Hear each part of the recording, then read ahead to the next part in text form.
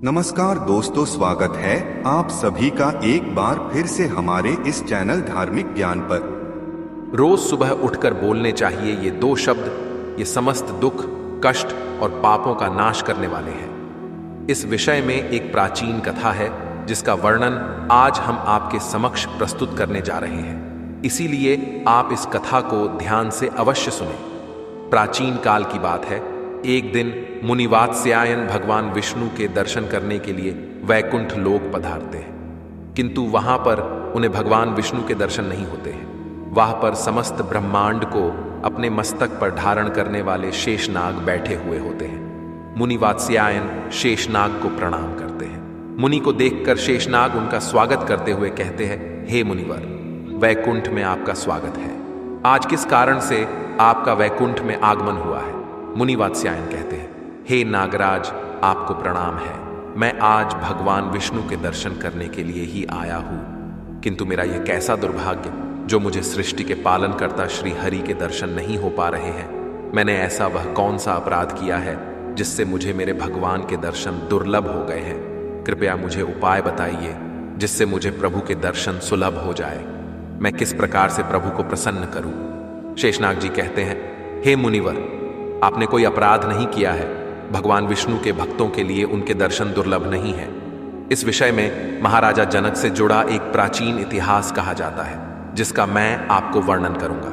केवल एक पाप के कारण महाराज जनक को नरक के द्वार के पास जाना पड़ा, और किंतु उनके द्वारा बोले गए दो शब्दों के कारण ही उन्हें और अन्य नरक के प्राणियों को नरक से छुटकारा मिल गया। हे मुनिवर, केवल सुबह इन दो शब्दों का उच्चारण करने मात्र से ही समस्त दोष समाप्त होते हैं। हे मुनिवर, आप इस प्राचीन कथा को ध्यान से सुनिए। इस कथा को सुनने मात्र से ही समस्त दुख दूर होते हैं। इस मंत्र का जाप करने से आपको भगवान के दर्शन हो जाएंगे। मुनि वात्स्यायन कहते हैं, हे शेषनाग, मैं इस कथा को सुनने के लिए उत्सुक हूं। कृपया आप इस कथा को मुझसे कहिए, मैं ध्यानपूर्वक इस कथा का श्रवण करूंगा। फिर शेषनाग मुनि वात्स्यायन को वह महान कथा सुनाने लगते हैं। हे मुनिवर, त्रेता युग की बात है, जब भगवान राम और माता सीता मनुष्य देह का त्याग करके अपने धाम को चले गए थे। उसके कुछ समय बाद देवी सीता के पिता श्री महाराज जनक ने योग के द्वारा अपने शरीर का परित्याग कर दिया। देह का त्याग करने के पश्चात उस समय उन्हें ले जाने के लिए एक दिव्य विमान प्रकट हुआ।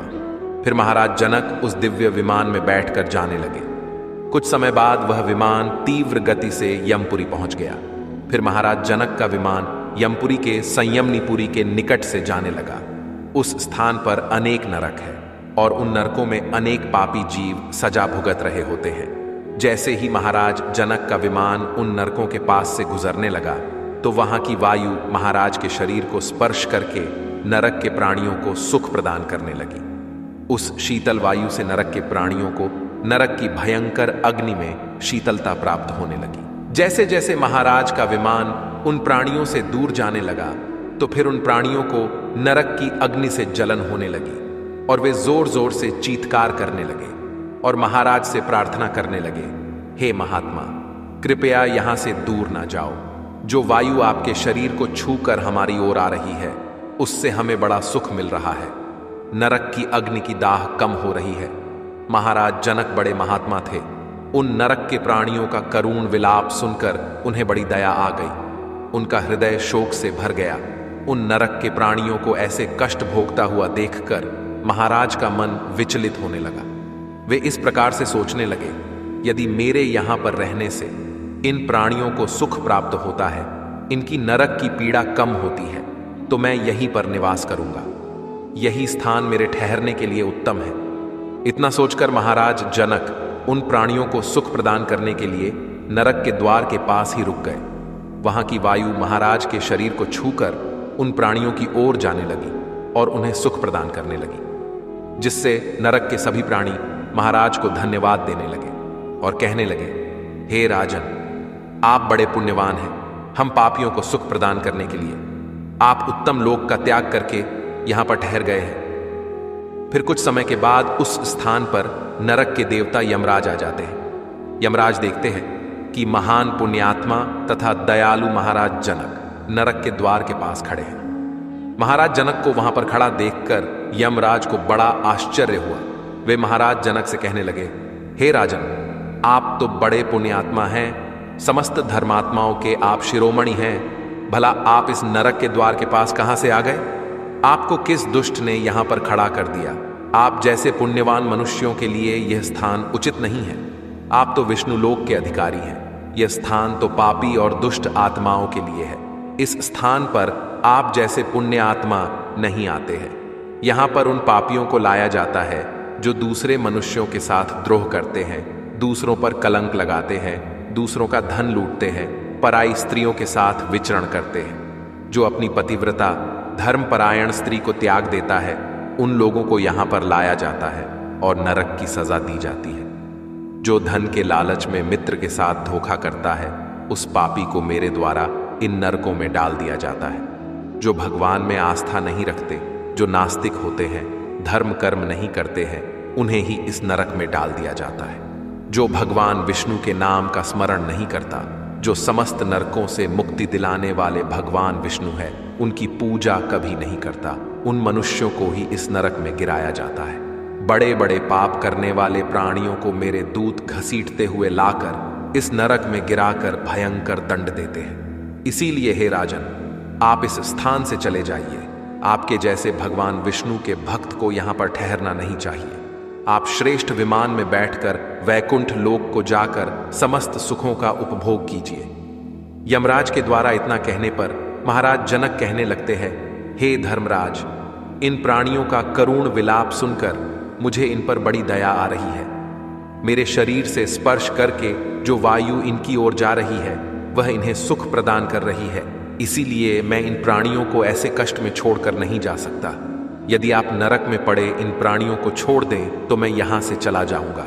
फिर यमराज कहने लगते हैं, हे राजन, देखिए आपके सामने ये जो पापी खड़ा है, इसने अपने मित्र की पत्नी के साथ अत्याचार किया है, जो इसे अपना भाई मानती थी।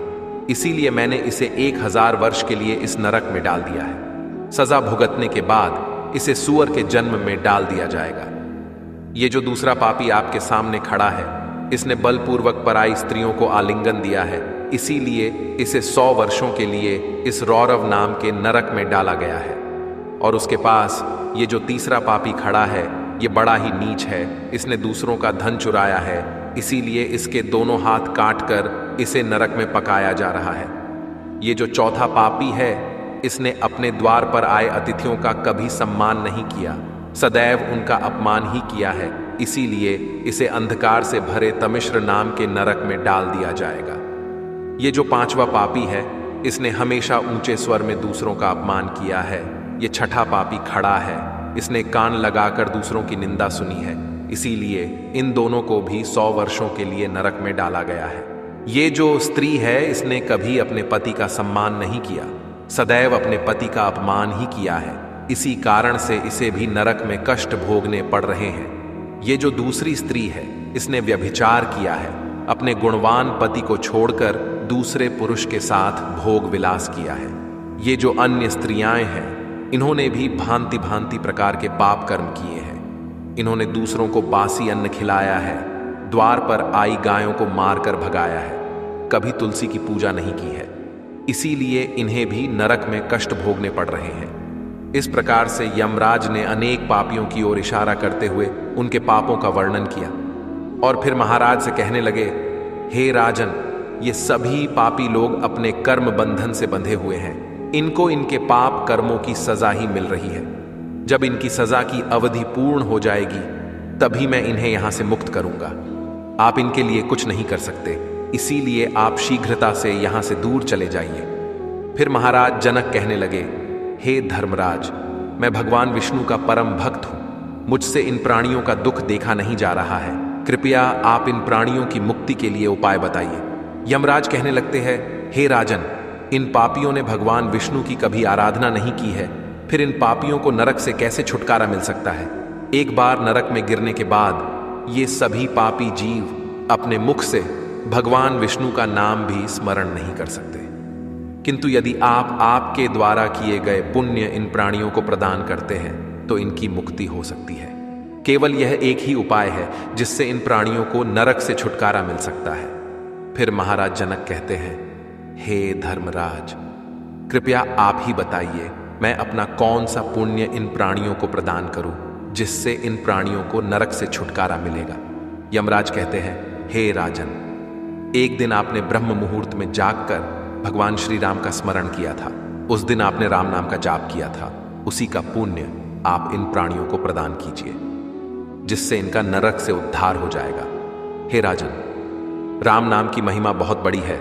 जो भी मनुष्य सुबह जागने के बाद राम नाम का जाप करता है उसके समस्त दोष समाप्त होते हैं। भगवान विष्णु के सहस्र नामों के जाप के समान फल केवल राम नाम का जाप करने से ही प्राप्त होता है।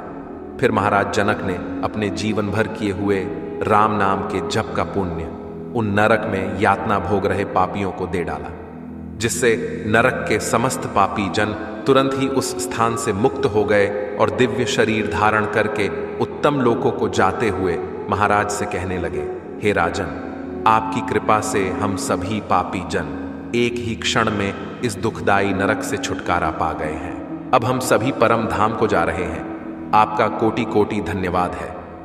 उन नरक के प्राणियों को दिव्य शरीर धारण करके मुक्ति प्राप्त करता हुआ देखकर महाराज जनक को बड़ा आनंद हुआ। वे सभी नरक के जीव महाराज जनक की प्रशंसा करते हुए दिव्य लोक को चले गए। उन प्राणियों के चले जाने के बाद महाराज जनक के मन में एक शंका उत्पन्न हुई और वे यमराज से कहने लगे, हे धर्मराज, अभी इसी क्षण मेरे मन में एक शंका निर्माण हो गई है। कृपया आप मेरी इस शंका का निवारण कीजिए। यमराज कहते हैं, हे राजन, आपके मन में जो भी शंका हो निसंकोच होकर पूछिए।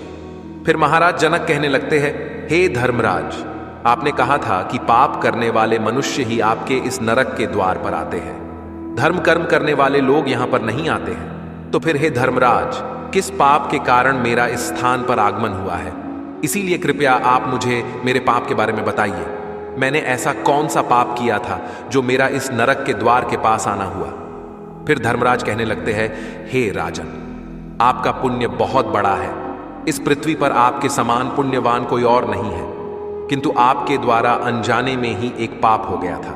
उसी पाप के कारण आपको इस नरक के द्वार के दर्शन करने पड़े हैं। एक समय की बात है, आप रथ में बैठकर वन के मार्ग से गुजर रहे थे। वहां पर एक गाय वन में चर रही थी। आपका रथ उस गाय के सामने चला गया, जिस कारण से आपके द्वारा अनजाने में ही उस गाय के चरने में रुकावट निर्माण हो गई थी। इसी एक पाप के कारण आपको नरक के द्वार के दर्शन करने पड़े। मनुष्य को गायों को कभी सताना नहीं चाहिए। गायों को कष्ट देने वालों को भयंकर नरक में डाल दिया जाता है। किंतु आप बड़े पुण्यवान हैं, आपने अनेक गायों की सेवा की है। आपके द्वारा अनजाने में यह पाप हुआ था, इसीलिए ही आपका इस नरक के द्वार के पास आगमन हुआ है। किंतु हे राजन, इस समय आपको उस पाप से छुटकारा मिल गया है।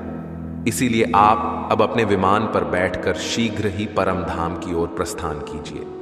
फिर महाराज जनक यमराज को प्रणाम करके उस दिव्य विमान पर बैठकर वैकुंठ लोक को जाने लगे। शेषनाग कहते हैं, हे मुनिवर, इस प्रकार से महाराज जनक के द्वारा प्रातः काल में राम नाम का जाप करके जो पुण्य अर्जित हुआ था, उसी पुण्य के कारण नरक के प्राणियों को छुटकारा मिल गया था। इसीलिए मनुष्य को नित्य सुबह उठकर यह 2 शब्द बोलने चाहिए। जो मनुष्य सुबह सुबह राम नाम का जाप करता है उसके समस्त दोष नष्ट होते हैं।